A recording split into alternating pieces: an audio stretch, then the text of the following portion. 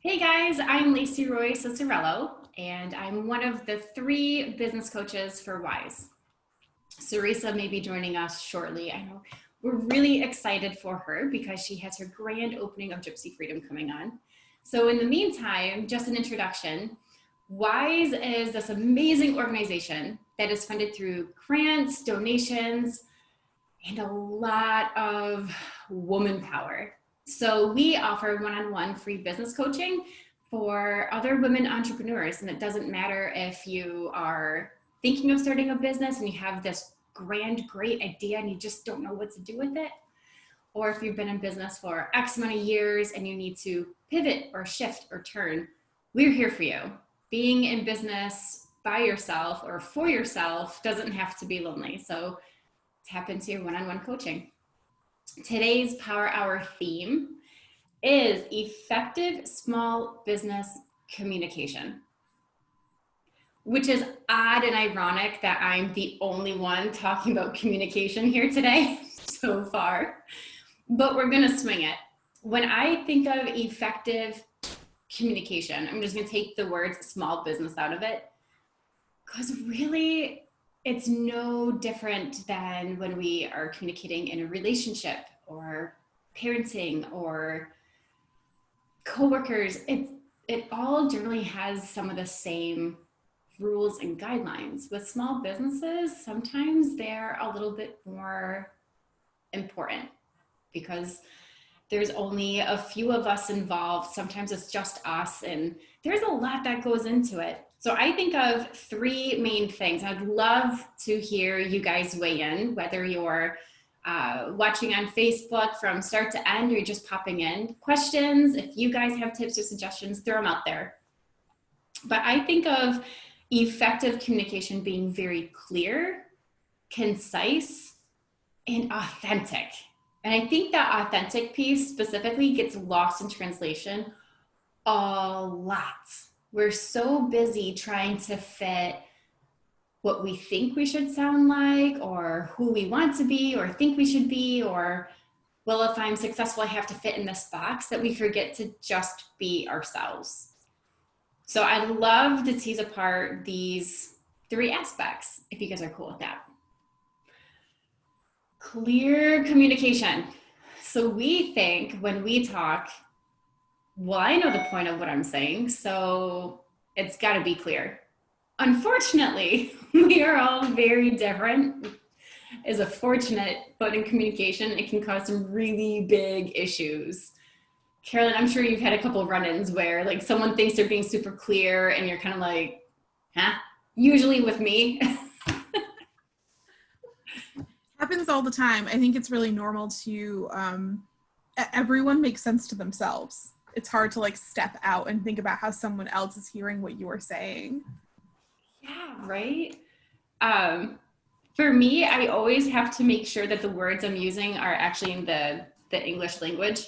I have this habit of making up words or using jargon, and it's like, Lace, just keep it simple. So I have this rule of thumb that I use. If I am going into a meeting and I know what the topic and the theme is going to be, if I know I'm responsible for a certain piece of it, then it's always, here are my bullet points, put them away for 5 minutes, come back to them and say, okay, if I were someone else, would I understand what the point of this is? Do I know what the goal is? And if I really can't answer those 2 things, then we start over. We edit.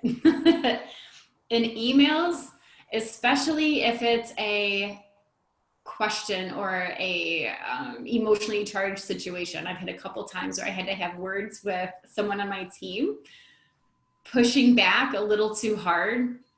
My company, my business. So when it comes down to it, the buck stops with me. And I had to write down everything and then reread it and say, do I know what the goal is? Is the intent clear? And then I go and highlight all the emotional words and delete them. Because emotion in a high charged situation is just going to cloud it up. People get defensive, you're offensive without being offensive. Not clear. Not good. The next part I think is really important is concise. I have this pet peeve. If you have to say the same thing more than once in different ways, then you either like the sound of your own voice or maybe you don't really believe it yourself. What do you think, Carolyn? I think that that's an interesting perspective, thinking about hearing it kind of in your own voice. I think that it really is. It's something that I struggle with, is like, I'm like, how is that other person hearing this? Because I know exactly how I'm hearing it. And when I'm reading things, I try to hear it in their voice, because that is something that I think is helpful. Yeah, that's a really good tip. I don't think I've necessarily thought of it that way, but it's like taking that step out of yourself and saying, okay, I know enough about this person to be able to say this might not come across the way I'm hoping it is. Awesome. That's a Yeah. good one. I think There's, that some people also just prefer different levels of softness and clarity. Like, some people, I think you have to taking into account their personality, if you know them well, definitely helps. I realize that's not always something that's possible, but if you know them well, it's a lot easier to be like, okay, this person really kind of needs this, like that's something that's important to them, and this is how they communicate. I think looking at how they communicate also kind of helps to cater some of that. yeah, that's a good one. There's I can't remember. I was just reading a book about partnership and leadership, and they were talking about if you can use their words, then you increase understanding automatically because you're using their lingo. So to go through past emails or try to think of past conversations, is there a certain word or how do they their cadence, their speech, what keywords can you pull out, totally understand and use them appropriately back? That's a really big one. I think for me, um, God, being a female entrepreneur, I feel like communication has taken a whole different spin. Because before, while I was working for someone else, it was always more, here's my idea, and I kind of have to sell it, and that's okay. But now is I'm not selling any ideas to my accountant or attorney or it's this is what I want to do. Can you help me or not? And yes, my accountant is my Jiminy Cricket. Like, okay, what am I not thinking about? Tell me, poke holes in it and make sure that this is actually like viable. But I've learned that communication turned kind of into a mental game as well because I grew up, if I asserted myself too much or used too strong language, then I wasn't being nice or I wasn't being kind or so I've kind of struggled with some of my communication when I felt a certain kind of way. Either I felt disrespected or I felt like I was being dismissed. Being able to stand up and establish those boundaries, like, no, I'm not pitching you. You're in or you're out. You're supposed to be on my side. So what is this? And being able to use that strong language and have words without feeling guilty or bad or softening it on the back end. I know I've seen a lot of women, and I think maybe I'm just more aware of it now. We kneecap our sentences. I kind of think maybe we should do it this way. It's like, oh, stop kneecapping. Just stand up and say, I believe this is the best course of action. Thoughts, and leave it at that. Instead of saying, maybe we should go this way, and here's why. Does anyone have any thoughts or ideas? That kneecapping drives me insane. And I realize how much I used to do it. That's a really good point. That's something I still struggle with, and I have to kind of, again, like read it out loud, trying to remove my own voice from it, to be like, how would I feel? Because when you're adding words in, I mean, we're so conditioned to do that, to put in just and like, I feel instead of just, I think this. Do you have thoughts on it? Yeah, especially that do you have thoughts? What do you think? It sounds almost passive. Mm-hmm. Like we're supposed to be leaders, especially when we have a business that's cutting edge. If we're blending technology, if we're blending different industries, it can feel lonely. And if we're not really solid in ourselves, it's easy to second guess ourselves. And so many people will come at us with their insecurities. It means that our language needs to be that much stronger so that we don't come off as kind of shaky or insecure about it. I heard some great advice from one of my best friends in California. He does a lot of pitching. He's a serial entrepreneur full of startups. And he said, I never say the word I think. Like he's like, I don't think, I know. It's like, oh. And although I'm not at that point where I'm going to consistently say, I know this is the best course of action, I have started using a bit stronger language and saying, I believe the course of action we need to take is. And it's been interesting to see the response from it. Yeah. That is really interesting because when you said the phrase that this person that you know says, I know, I think I felt it in my gut like tighten. Like I was like, I can't do that. Like, right? There's this big, my insecurity, because I felt it too in my gut, and I was like, if feelings come from thoughts, which they do, science tells us that, then I've been trying to be really conscious about the thought that's right there the moment I feel like that sick to my stomach. And my thought was, oh God, but what if I'm wrong? And I was like, who the hell cares? No one's perfect. We know there's going to be a mistake. So I think it's interesting that so many strong people, and I was going to say men, there are some women, regardless of what we think about her, Sheryl Sandberg she does it a lot too. She says, I know, constantly, consistently. It's kind of like, and she has been wrong on so many things. It's just kind of like, yeah, I was wrong. Moving on. Like, this is what I learned. Let's move on. Why that mental piece of why it's so hard to say that? I think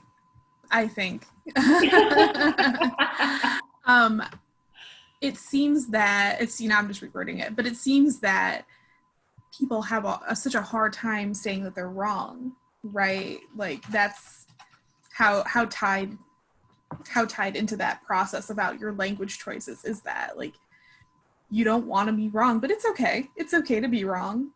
Like, yeah, I am that person that's constantly looking at who's already done it and just, okay, let's find the common themes. And again, regardless of, I don't agree with everything these people do by any stretch of the imagination. I've torn some of them apart on post recently. But even Warren Buffett, he comes across as extremely confident, borderline arrogant. He plays with other people's money in the millions and billions of dollars as a career, and he's got it wrong. He's lost millions for people at points, and he's kind of like, well, yeah, but this is why I lost it. So I knew this, and this, but it didn't react the right way. We move on, and it's just one of those trying to emulate that. Mm-hmm. I can admit when I'm wrong, so why does it feel so crappy? And that's a whole different conversation for another 2-hour session with a therapist. We have some comments actually on Facebook from Rena. Hey, Rena. And she says it's so important to establish boundaries. She likes to use the phrase, provide me with your feedback. And and thanks us for the conversation, but I think the provide me with your feedback language is effective. Yeah, I love that because it's borderline, I was gonna say like, there's naughty words involved. Bad to kiss witch, very like, yeah, I've got this. It's humble, give me your feedback, but it's also kind of, it's strong. Give me your feedback. Please give me your feedback. I really like that, Rena. I'm gonna start adopting that. I love that. There's no question. I'm strong enough to handle it. Give me the darn feedback. My biggest takeaway from personal communication that works amazingly well with I call it my pack, my wolf pack. The team for full-bodied health is I statements. I think that's a huge, huge one. So instead of, well, you did this, so I did this, or you made me feel, it's I feel this, this, and this because I saw or heard this. What's up? It's having those conversations so much easier, whether they're positive or negative. It's again taking that emotion out, but it's forcing me to take responsibility for how I feel and what I heard. Because like you said earlier in the conversation, we know what we're going to say, but we don't know how it's going to be perceived. We all have our own filters and experiences, and what's a trigger for one person isn't for another. So I statements have been really huge. Absolutely. My son and daughter, they're 14. Hayden's going to be 16. They did Teens Take on Parenting. And wow. I gave them free reign on Facebook Live through the business to just, let's talk about parenting from your perspective. And I was like, oh, please God. But they talked about I statements. And it was funny to hear the teens say what isn't an I statement. I heard you say, or I feel this because you made me, is not an I statement. She's like, just because it starts with an I doesn't make it an I statement. It's like, that's actually a really good tip. It's funny. I think that's an interesting point too, because it is really easy, I think, to manipulate that and be like, well, because you have to kind of remove your ego a little bit when you're trying to approach someone with an I statement. Yeah. So that makes sense. I do like the teenage perspective on that. That's the other day I heard yelled through the house, my 14-year-old daughter yelling to my soon-to-be 16-year-old son, that's not an I statement. Oh, Lord, I created little monsters. It's nice to have the accountability stuck in there. The other piece of effective small business communication is being authentic. That I really noticed makes a really big deal in how things are perceived. I have received some emails that are just so, they don't even sound like the same person. Like, did your assistant write this for you? Because this doesn't sound like you. And it's interesting how even a written word can sound false or insincere or inauthentic. So I think that's one of the huge things that's often overlooked in business is to still be you. I feel like sometimes we can lose ourselves in these big fancy words. It's like, when am I ever going to say henceforth? Why am I putting it in here now? It's the same thing as like the sort of meme level where you're like, per my last email. Like you would never say like, per my last conversation with you. Right. Yeah, there's definitely like so much that I think is lost between an oral conversation and a text conversation. in an Right. email. There definitely needs to be some professionalism. We're not going to throw the word like in there with a comment every 5 words. Yeah, I agree. I'm going to start saying that with you every time I see you, Carolyn. For our last power hour. You're not using your I statements correctly. Yeah. Oh, especially when I'm complaining about Setmore or whatever. Well, Setmore did this. That wasn't a nice statement. You know. Setmore has feelings too. Calendars. Ugh, I hate calendars. That was clear and concise. Do you have, I guess, what do you think are like the 3 most important things, I guess, that you could kind of go through if you're writing an email and you go back and you're like, okay, before you hit send, what do you think are what's the most important thing that you could do? Go eat lunch. I think that's the biggest. Writing emails while hangry is never going to work out ever. So eat lunch. For emails and written, I really appreciate concise emails. Brevity is key. And I kind of mentioned it earlier. If you have to say the same point 2 or 3 times, I feel like my time is so wasted. Like I got it the first time. If it's important and it's written, underline it, do a little bold, make it color, but stop reiterating it because then I'm just going to stop reading or paying attention, which is never good. So I really appreciate concise.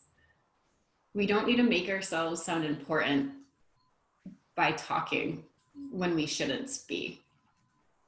I think that's a big one. And clear. I think the last one would be to really make sure that we understand what the goal of the email is. And then to stop and say, is that goal accomplished and is it clear? A lot of times I feel people see an email come in and they type a response back. It's like, did you even know why you were responding? Because I don't see anything worth my time of checking this email right now. And it doesn't sound like a big deal when it's just 1 or 2, but man, when you're on a team of 5, 6, 10 growing people, those emails, they add up. Man, do they add up. And so if I have 5 or 6 emails that are like, ditto, I get angry. There's my I statement for the day. I think something that I've noticed, I mean, I've always been someone who liked to do work over emails, I guess, as opposed to over the phone. I've worked remotely before, so this wasn't my first rodeo with it. And we just did everything in my previous job where I'd worked remotely. We did everything over email. So, but I think that the amount of people who I maybe touch from day to day, communication wise, I think so much more is coming into email now during the pandemic that otherwise could have been a phone call, potentially could have been a, hey, like, depending on your work situation. That I think even if you were working remotely to begin with and other people that you interact with start to work remotely, I feel like people are probably also seeing more of that email and written communication come in and having to like kind of confront some of that stuff a little bit more. I think it's becoming more important, right, to do those things, to be concise and make sure there's a clear goal. Yeah, I think that brings a really good point to kind of pull that thread a little bit is, do you really need to send the email or can you just pick up the phone? And I know a lot of people are saying, but if I send an email, they can't hear the kids in the background or they can't hear the dog barking. Mm-hmm. And I'm still going to tie it back into being authentic. the WVOC did this great event. I am so sorry to the woman who did it. I cannot remember, but she was a communication expert here in Syracuse, and she was saying at the start of a phone call or a Zoom to never apologize for life happening. And as a woman, especially, that was so big. Up until that point, I was constantly saying, I'm so sorry you might hear the dog barking. I'm so sorry you might see the teens in the back eating because they're like me and eat every 10 minutes. Whatever the case is. And to be able to have that permission, but then have her demonstrate it, because that's, of course, how she started her Zoom, of, hey, just to warn you, working from home, obviously, and you might see my 3-year-old pop in. Thank you for your patience. Thank you for your understanding. It just sounded so much more calm and real. So I'm tying it back into that authentic piece, but also portraying that calmness of pick up the phone instead of sending an email. We all know you're working from home anyway. So who cares? Laugh it off. Oh my God, you know how it is. The kid's helping out in the background and you hear, sounds like a dinosaur is dying. But that's life. So why are we trying to hide it all the time? It's kind of it's kind of sad because I miss that part of in person. Oh, how are the kids? How you doing? Oh yeah, you look great. I miss that part. So the more we take it out of the remote learning and it's email to the phone call and phone calls to the Zoom, or unless we're Zoom tired, we kind of lose that. So it was a really great piece of advice to never apologize for life happening in the frame. I think that's really good advice. I actually haven't heard exactly that before. I heard something recently that said, don't apologize for, don't say something like sorry for the delay in my response, but just to say thank you for your patience. Like I've been trying to do that because it makes me feel so much better, because that in itself comes off, I think, more professional, because we know that everything is so vast for everyone right now. There's no, just embrace that. Just thank you for your patience. That's really what you're trying to say. You're like, I'm appreciative that you were patient. Don't add on to like this sort of verbal guilt that you might feel. Like it's okay. And I think that the bit about like hearing their kind of their lives going on in the background, I honestly feel like it's strange to not see certain people every day, but I feel somewhat more bonded to people for hearing those things, because sometimes I'm like, yeah, hold on, like the cat is doing something weird, like give me a minute. Like it happens, but like, I mean, but honestly, if the cat like flies at my head during a Zoom call, like we're all just gonna laugh. No one's gonna be like, I can't believe she let that happen. And I think that's something important to keep in mind, especially now, is that everybody is human, and especially right now that everybody's kind of going through the same thing in different ways, but the same thing. Yeah, I think that's a really great point. I had a couple one-on-one clients. So for anyone tuning in, Wise one-on-one coaching is free to you guys thanks to generous grants and donations. So if one-on-one coaching is something you're interested in, Carolyn can throw up the link on Facebook. It's free, and it doesn't matter if you have this baby seedling of an idea and you don't know how to protect it and grow it, or if you've been in business for 20, 30 years and have no idea what to do now. Like you hit a benchmark, now what, right? So that's the little commercial for one-on-one coaching. Sarisa, Barb, and I are the 3 coaches, and we'd love to have you. But I think of these couple clients I had that apologized for everything. And we had to spend some time, because it wasn't just an apology, it was affecting their perception of self. So I really appreciate the work that goes into changing it, because it turns into a habit as well, I've noticed, which can kind of take away from a real apology, because it just rolls out so quick. But yeah, man, life happens. I really like the gratitude versus the guilt or the shame. We don't need more guilt and shame. We always could use more gratitude. So thank you for your patience. Thank you for your understanding. Sounds great. And honestly, I think back to the people who are nobodies who are now famous because their cats attacked their head, and it made it viral on Instagram and Facebook. So, free marketing, really. Really, yeah.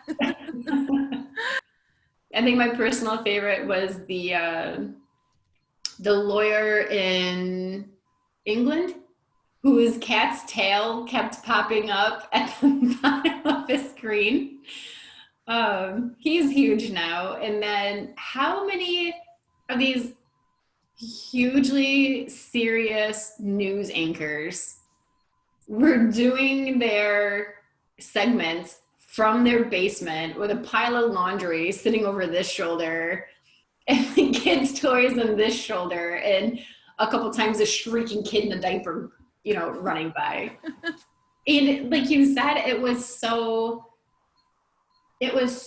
calming, and you kind of felt bonded with that person because it's like, okay, so there is some real life still out there. We all are in the same boat together of, wow, I don't have an office anymore, and the kids are loud.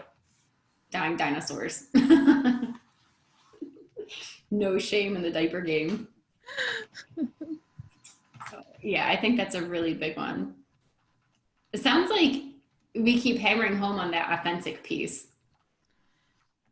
I think so. I think that's one of the biggest takeaways here is definitely the being authentic. That's something I haven't really thought about that much before, but I think it's really important. Yeah, we've listed at least 3 million reasons why it's important. Yep.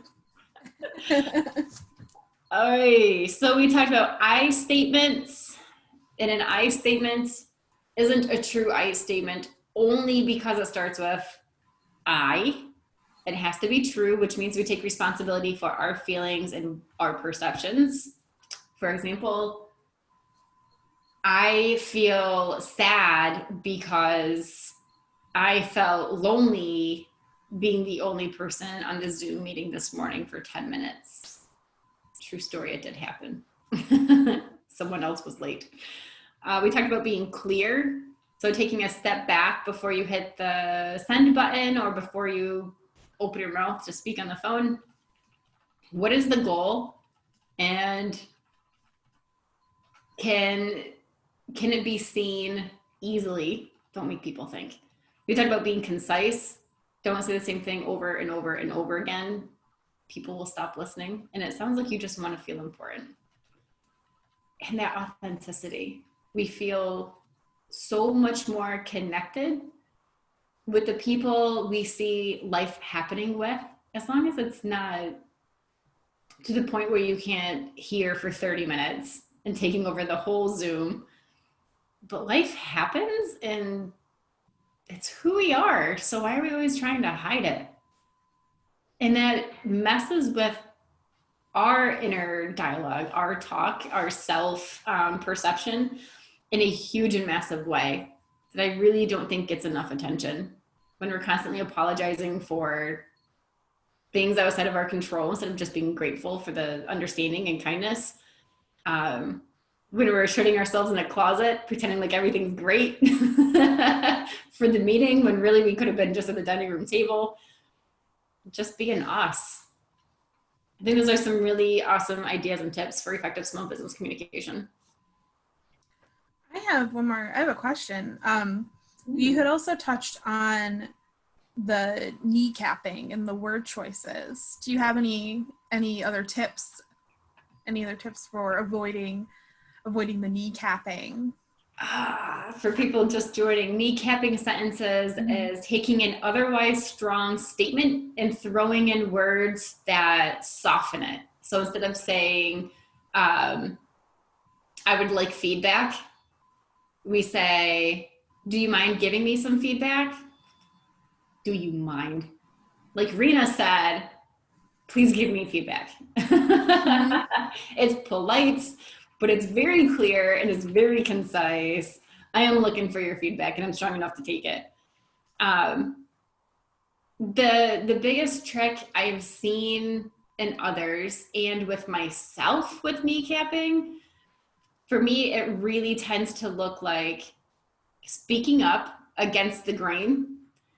And instead of saying, hey, this doesn't feel right, why can't we do it this way? I usually say, I kind of don't feel good about this. Maybe we can look at a different way. Oh, who am I? Like, was it me? I don't want that to sound like me.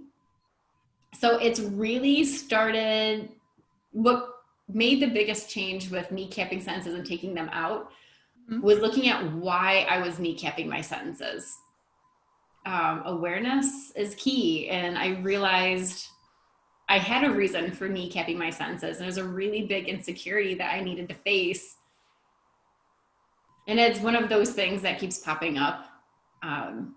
There's always a situation that's kind of a little more intimidating than other situations. And I find myself really saying, I'm not going to kneecap, I'm not going to kneecap.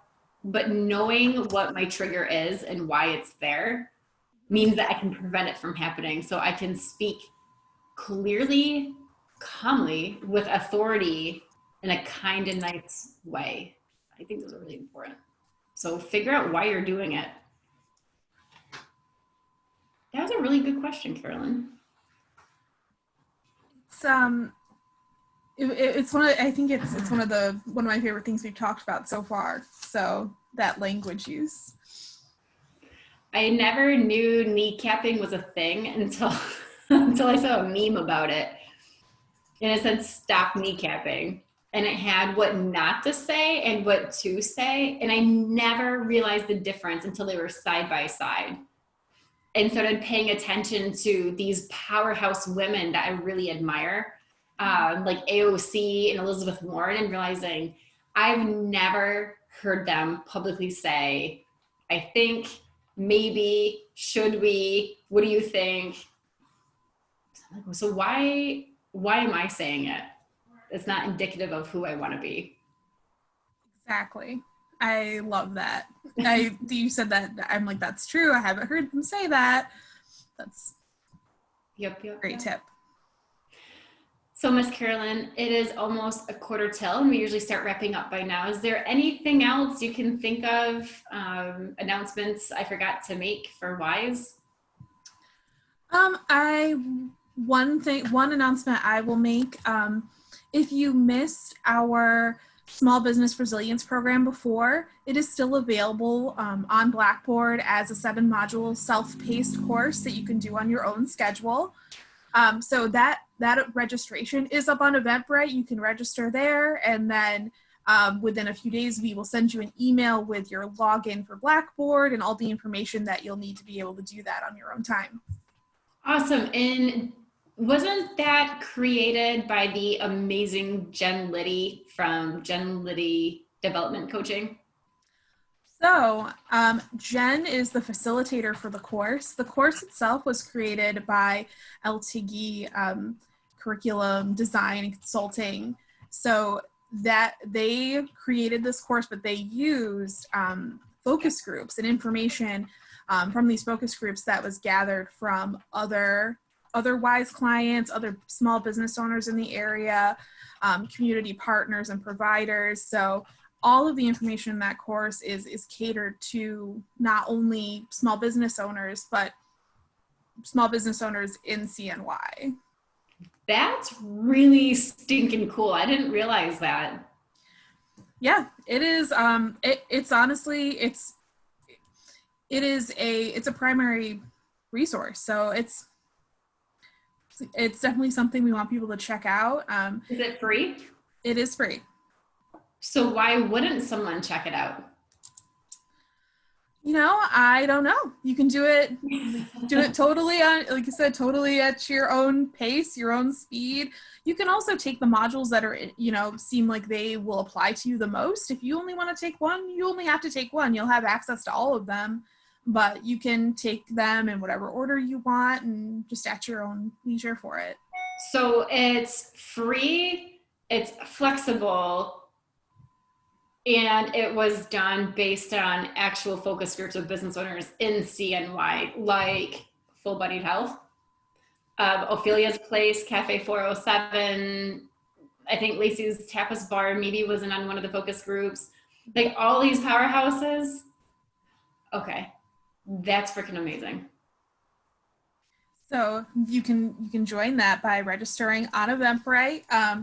I can also put the link for the Eventbrite into the Facebook Live. So perfect, thank you. Yeah. And again, one-on-one business coaching is free for you guys, and the link will be in the Facebook. Thanks, Carolyn. You and I would freaking rock out writing commercials. I think so. I think so. That needs to be a thing. Can we carve that out into Wise?